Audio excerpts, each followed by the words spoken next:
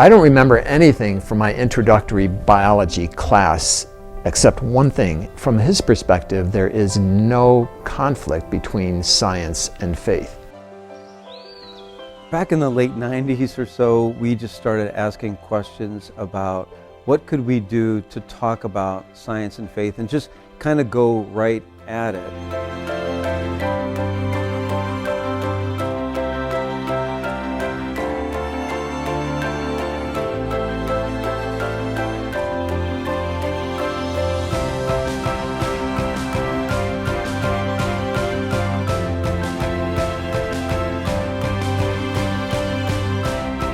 Hi, my name is Chris Dolson, and I'm one of the pastors at Blackhawk Church in Madison, Wisconsin. I am actually Pastor Emeritus. I was the senior pastor at Blackhawk Church for 27 years, and then in July of 2021, kind of passed on the reins of the senior pastor position to a good friend who's also on staff. And with me is my good friend, Rick Lindroth. Rick, who are you? Hi, I'm Rick. I'm a professor of ecology at the University of Wisconsin-Madison. We moved to Madison in 1985. I was initially a postdoc, and within the first week we started attending Blackhawk Church and then joined the faculty in 1988. So I've been on the faculty for about 34 years.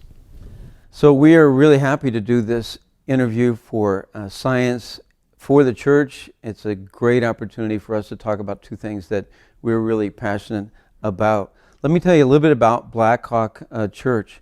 We're a church that has three different sites in the Madison area. Post-COVID, our in-person attendance is about 3,000, and we have about 1,000 people who join us online. We are in Madison, Wisconsin, and the University of Wisconsin at Madison is here, and we kind of think of ourselves as a university community church. However, we are in a denomination, the Evangelical Free Church of America.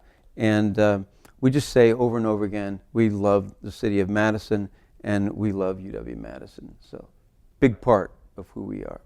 Absolutely. In fact, when we started attending Blackhawk in 1985, there were fewer than 100 people who attended. So during the time that my wife Nancy and I have lived here, we've seen it through some really substantial changes, including Chris's arrival in the mid-1990s. Right. So a little bit about my background. I grew up, I say, as a free-range kid in northern Illinois in a rural area, so I spent most of my childhood tromping around in the fields and the streams and the forests. I knew by the age of 7 that I wanted to be a biologist, and that's what I became. So undergraduate degree at Iowa State University, and then a PhD from the University of Illinois in ecology, and then have had my entire academic career here at the University of Wisconsin. Yeah, Rick is kind of a hero. He's kind of the guy I wanted to be, so I took a different direction in my life. So I grew up in Indianapolis, Indiana, and I grew up in a very conservative church. And when I started to go to high school, I was interested in biology classes and, collecting leaves and put them in, folders and butterflies and insects and putting them on the pins and stuff like that. I just ate all of that kind of stuff up. And I would take what I was learning from science classes and I would go talk to my friends at church, and I got pushback from the leadership of my Sunday school class and my youth group, and they were very suspicious about everything I was learning in my high school biology class. And that just really started to push me away from Christianity. And then I went to Indiana State University in the mid-70s, and I majored in biology and chemistry, and I just completely stopped going to church. I had nothing to do with Christianity. I saw Christianity as being completely anti-science. And then on top of that, I did an internship at the National Institutes of Health in 1976 in Bethesda, Maryland. I actually worked in a lab that was run by a guy named Julius Axelrod. He won the Nobel Prize in Medicine in 1970. And so I was just surrounded by all these high-class scientists. And 1976, I knew more about, I had this thing called MHPG. I don't know why I'm thinking, 3-methoxy-4-hydroxyphenylglycol. There you go. It's the main metabolite of norepinephrine, and I was spinning things in test tubes and getting really deep into the sciences and stuff like that. And I just had nothing to do with Christianity, wanted nothing to do with it. And then when I went back to the college town that I was from, I met someone who was actually like Rick. He was a committed Christian, and he was also a scientist. He had a PhD in biology from Penn State. He wasn't a professor, he just was working in a facility in the town that I went to. But it was this anomaly, this like, how can you be a scientist? He's kind of the guy I wanted to be, and also a committed Christian. Now just think of this. I was like 21, and that's the first time I'd ever met anyone who was both committed to the Bible and committed to professional science. It just was strange to me. So that story I think is important for our DNA here at Blackhawk and how we interact with the sciences here, because I feel like there's a lot of people like me that go to UW-Madison that are 18, 19, 20 years old, and they've already decided that science and Christianity can't work together. So they've bought this false dichotomy between science and faith. And so just introducing them to people like Rick and many people like Rick who go to our church, that to me is part of what we're supposed to do as a church. Absolutely. So, and my story is also one of kind of growing up in this context or environment of conflict between science and faith as well. So stepping back, I grew up going to church. My family attended church in a mainline Protestant church denomination. It really wasn't part of my personal life, our family life, but we just attended on Sundays. A good moral family, but that was about the extent of it.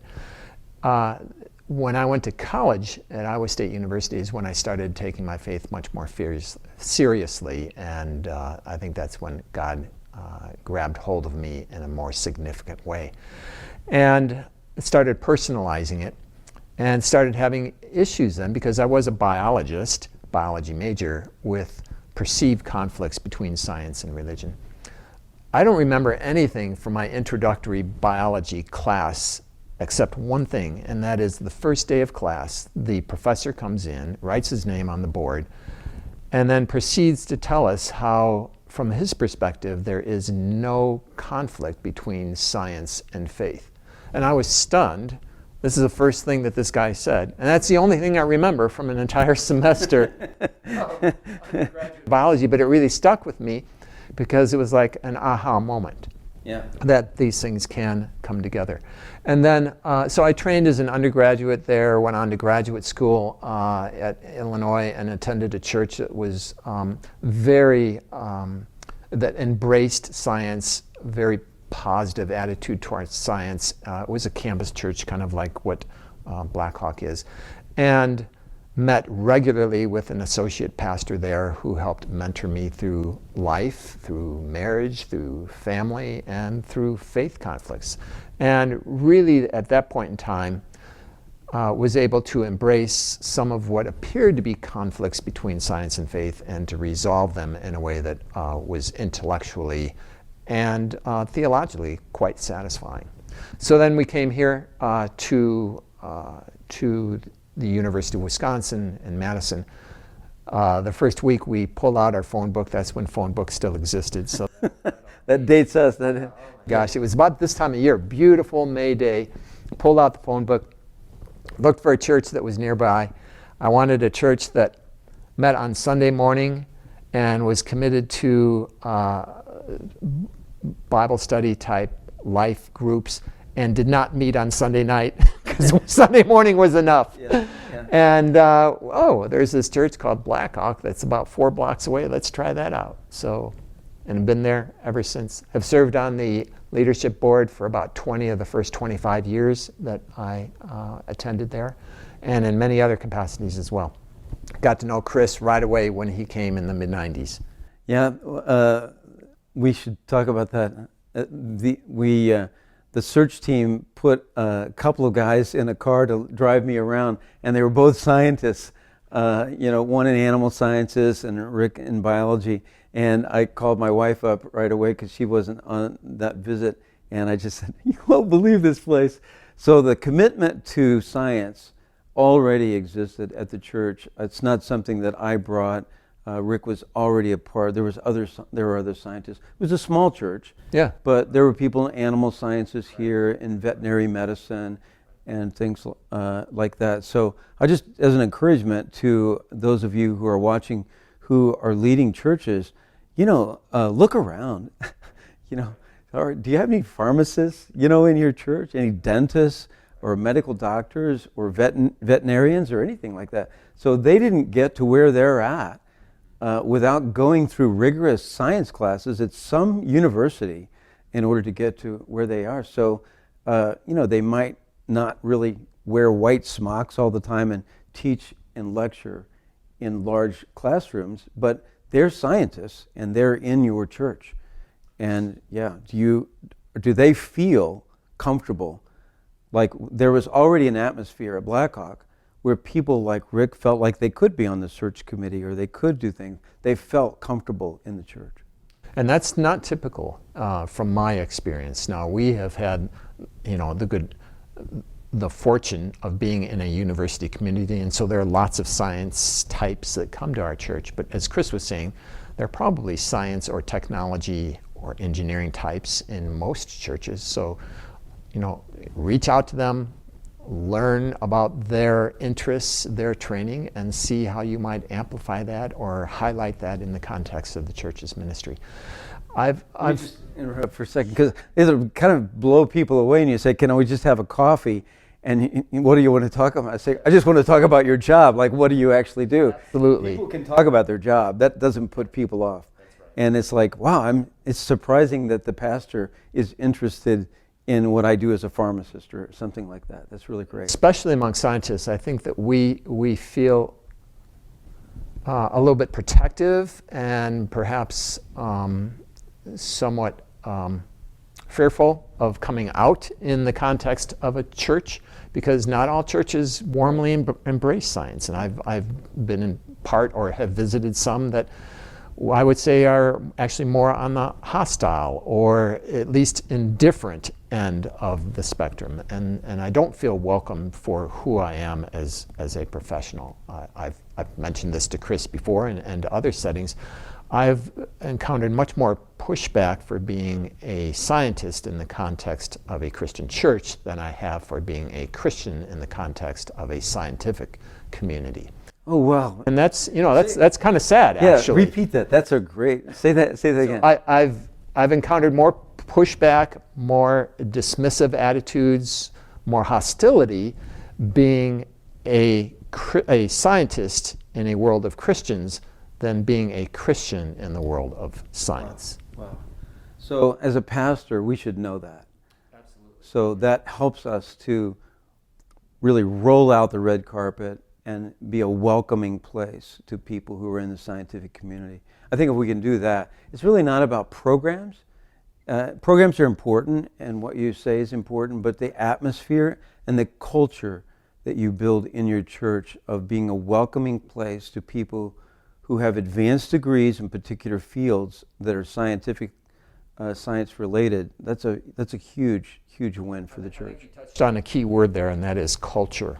Because we don't necessarily expect to be highlighted on the platform or whatever, but when you walk into a place, do you feel that it is warm and embracing for who you are as a person?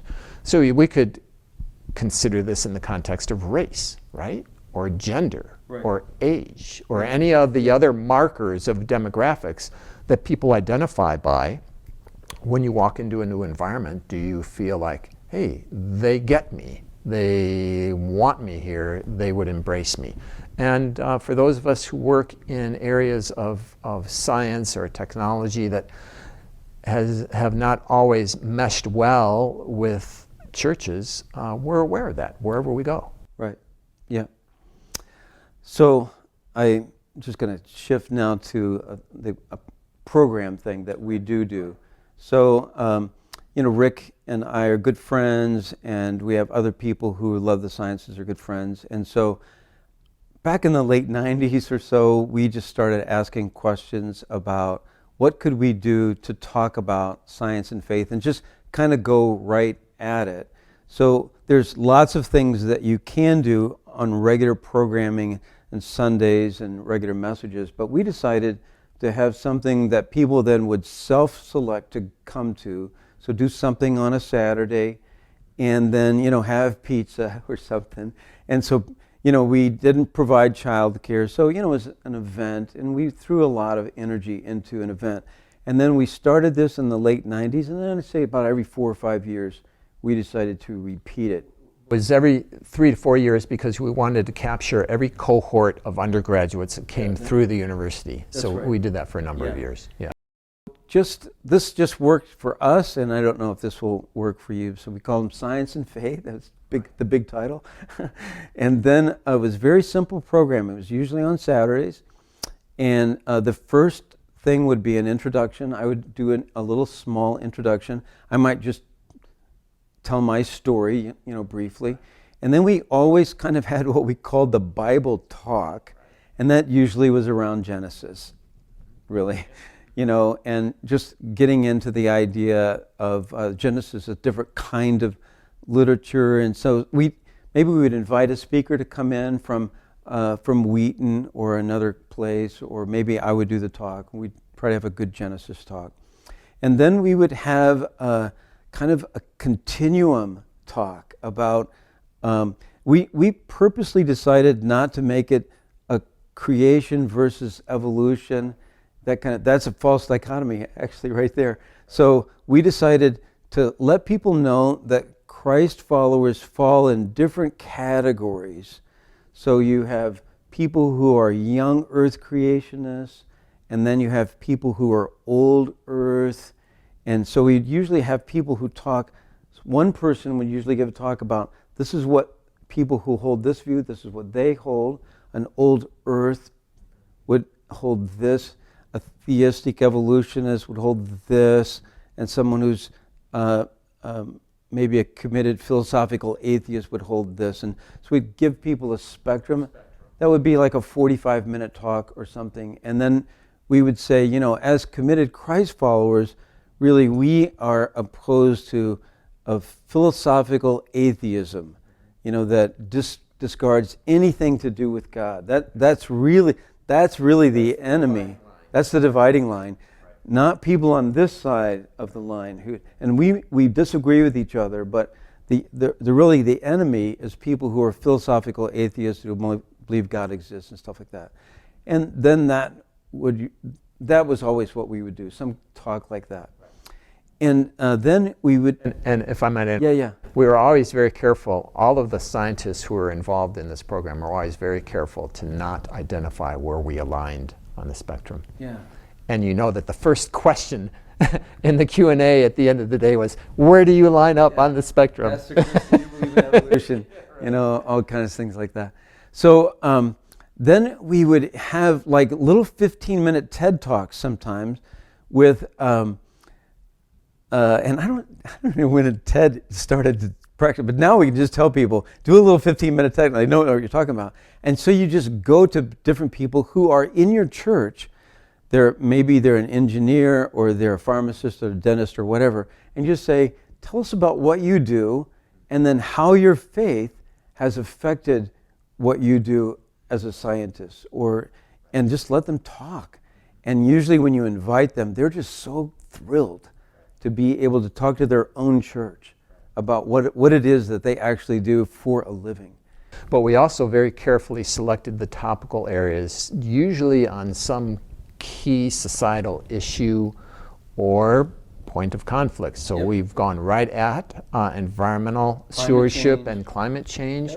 We've discussed medical ethics, a little bit about probably, I think, artificial intelligence and technology. So we've gone after those scientific and technological issues that interface with theology because of the moral imperatives that are involved. Right. And then we usually had a keynote speaker that we would bring in from the outside. And again, you can talk to people that are with Science for the Church, or go to BioLogos, and they have a number of speakers. And so we would bring in someone like a Jennifer Weissman, who's an astrophysicist. She's part of the team that leads Hubble, and then she would be like the keynote speaker.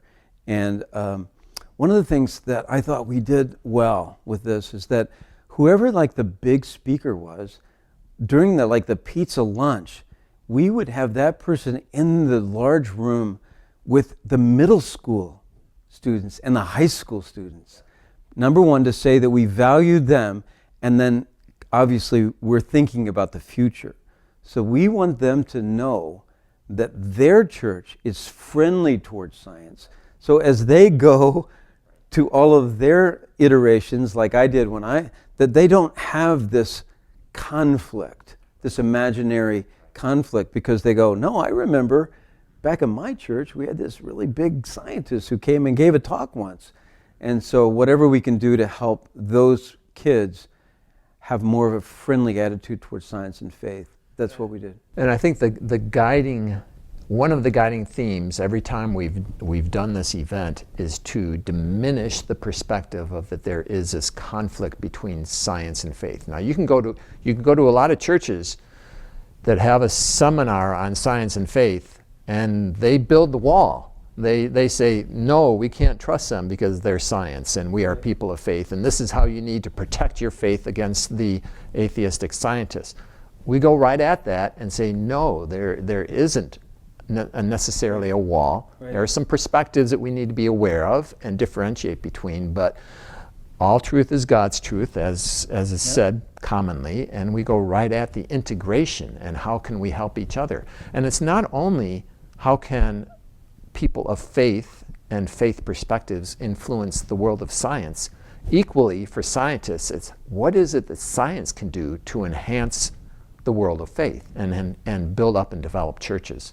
And so that reciprocal relationship is something that is difficult to promote, but something I think we are consciously trying to take advantage of. Right, and then I would say the reason we kept repeating these over the years is because the feedback we would get from people.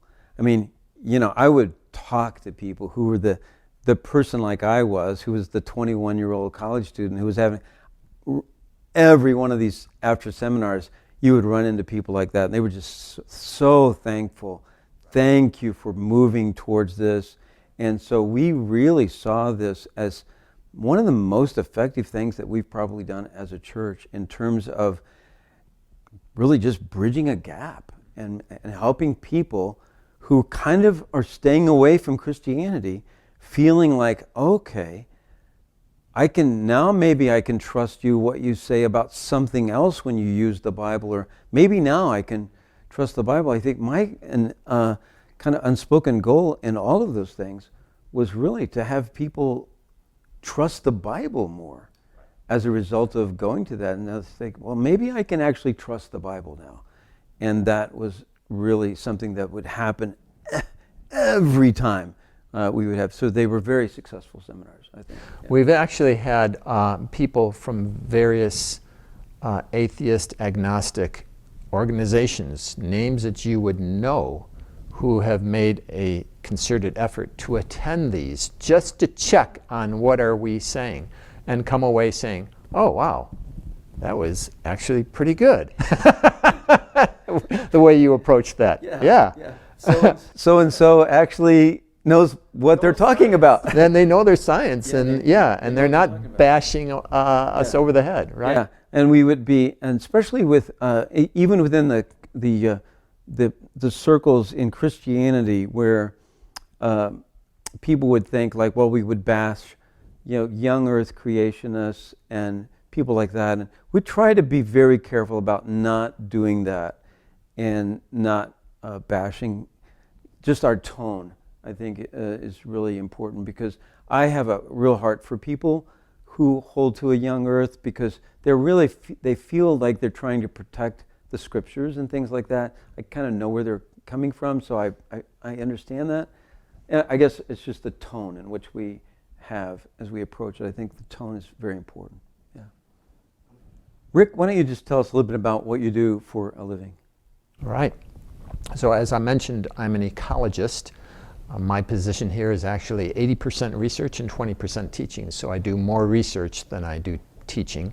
I train lots of graduate students and postdoctoral students, and I usually have half a dozen undergraduates working in my research group as well.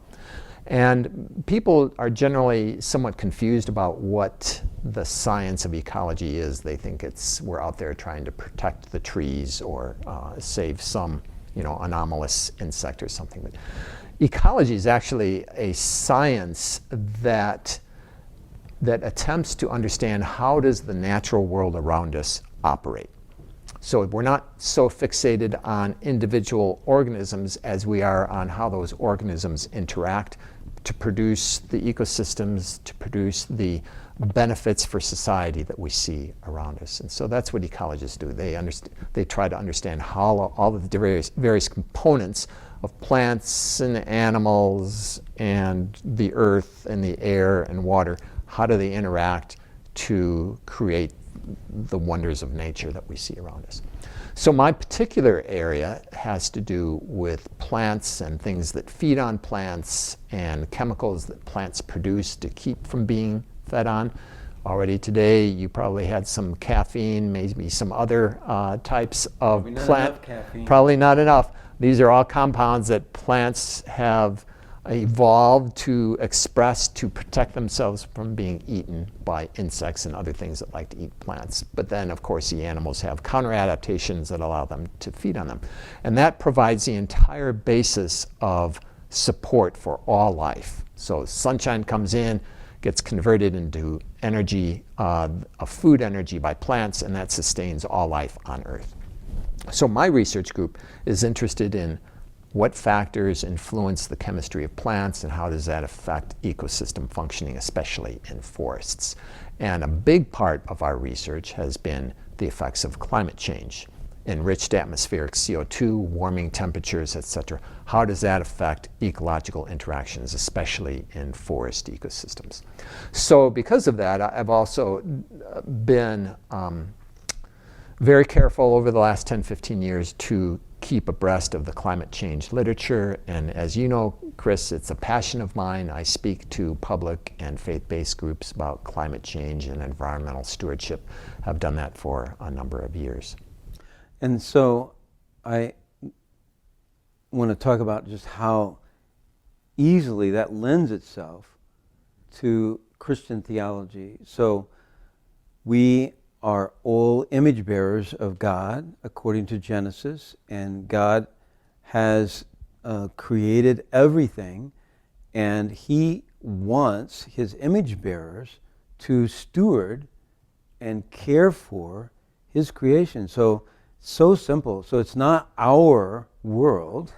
Everything belongs to Him. So we have a theological perspective on what's happening in the world today, which should really cause Christ followers to really move towards. Right. So this is we're talking about God's planet here. Oh, wow! What can we do to care for what is going on now? That we're not really caring for His planet like we should care for His planet. And so instead of seeing it as something that doesn't fit with Christian theology, if you see us as stewards of what God has created, it's His, how can we care for creation? I mean, that's just a natural question. It's the first task that God assigned to humans, Absolutely. Right? Take care of my garden, yeah. Right? And He put us in His garden. So I did a talk once from Psalm 104, and I called it God's office. It's where does God work? Well, He works all around us. So, God wrote 2 books, the book of nature and the book of the Bible, so it's like, this is one of his books. This is where God works. This is his office. So let's walk around his office. I did a talk once where the cameras were outside in my backyard. So I didn't go to a park. I was just in my backyard. A bug flew and landed on me.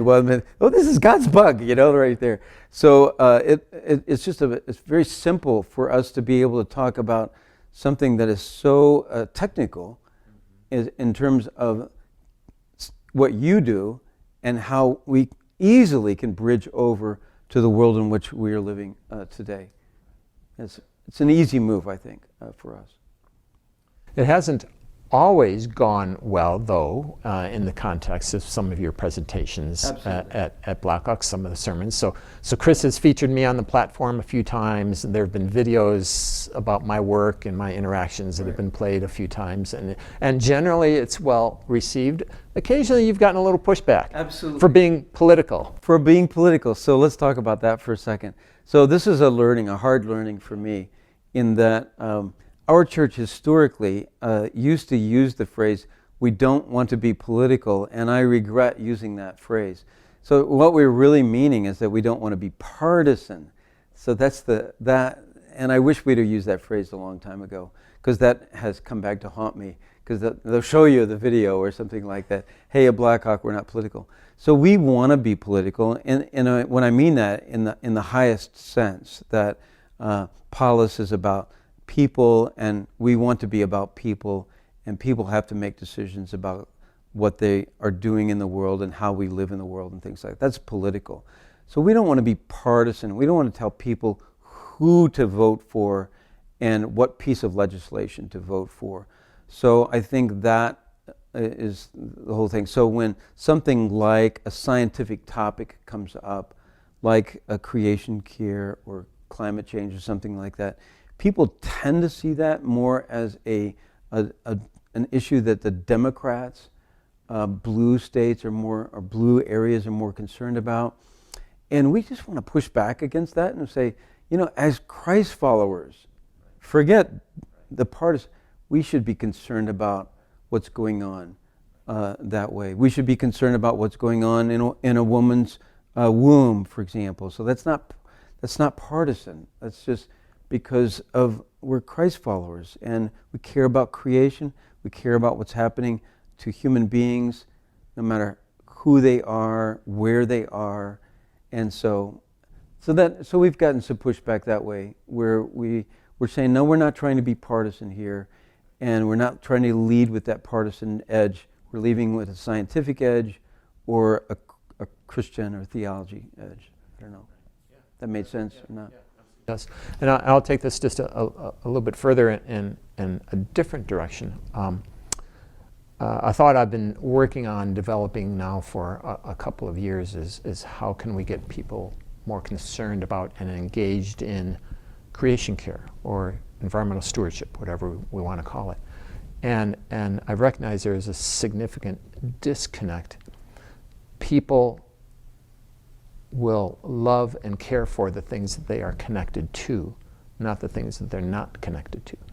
And so a necessary precedent to creation care is what I would say is creation connection, just getting people connected.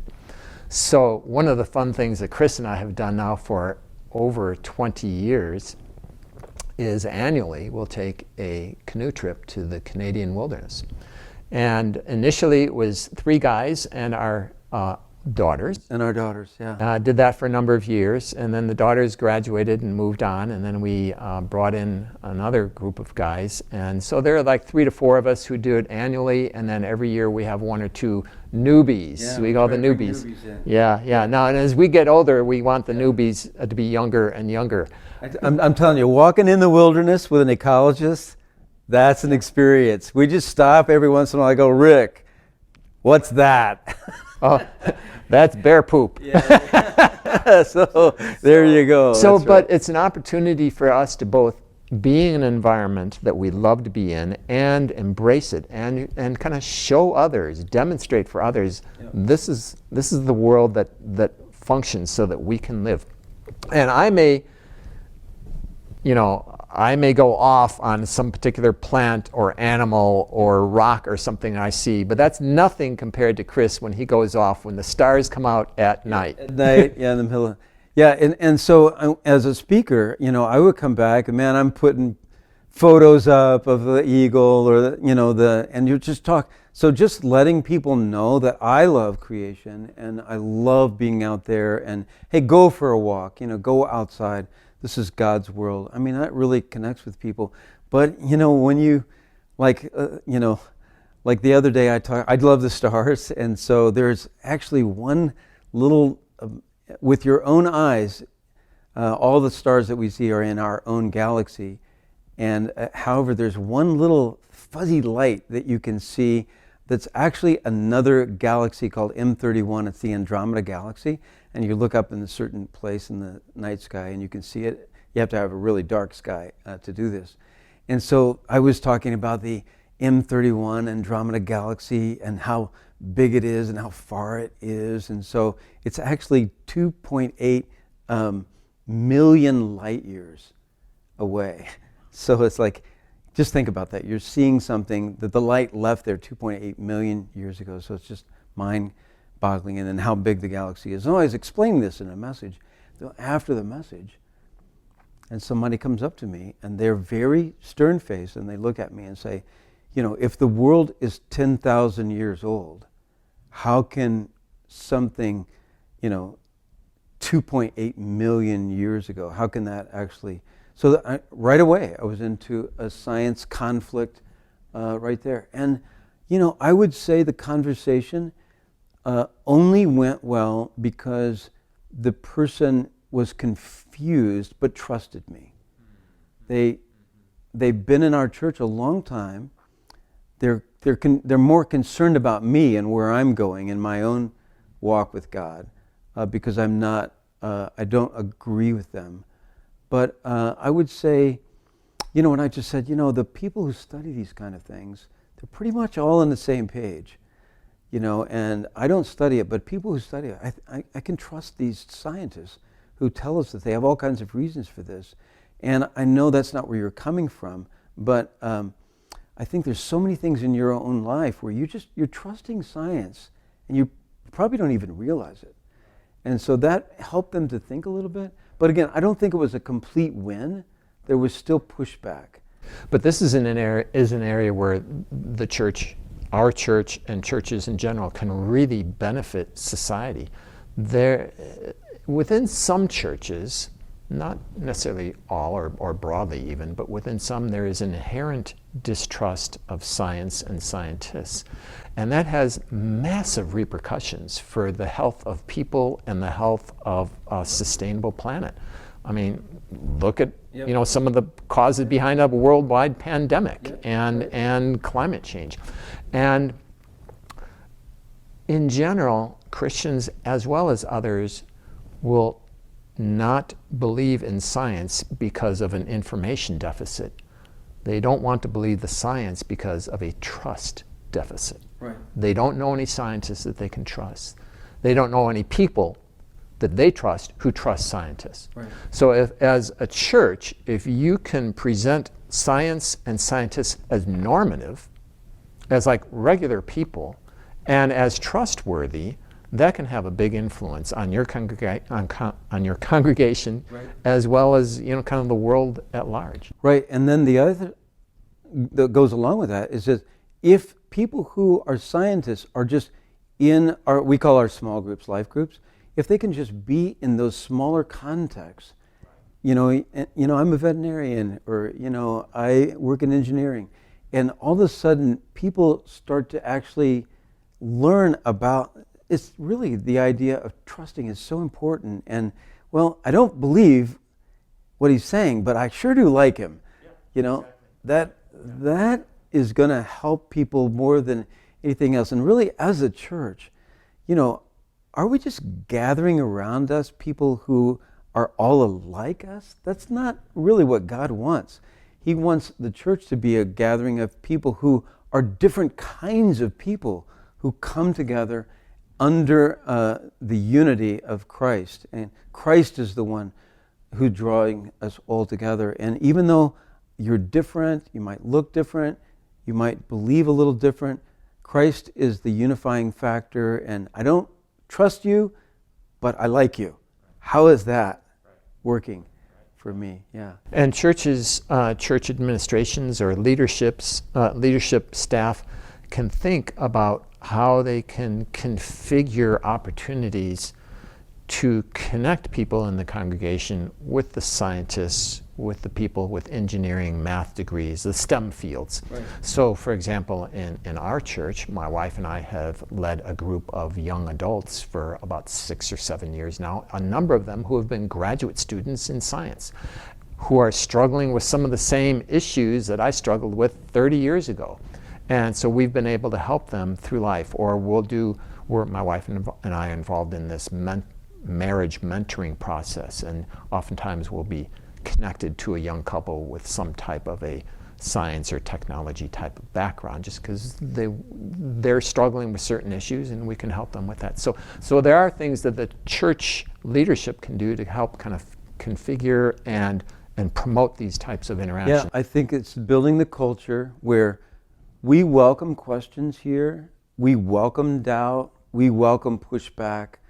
Let's all have coffee, eat some donuts together, and learn to like each other. And we have a culture in which we are like going to love each other through differences. But I think the idea of questions are welcome here, pushback, we're open to that. I think creating that kind of culture really goes a long way to moving you towards good conversations that you can have within your church.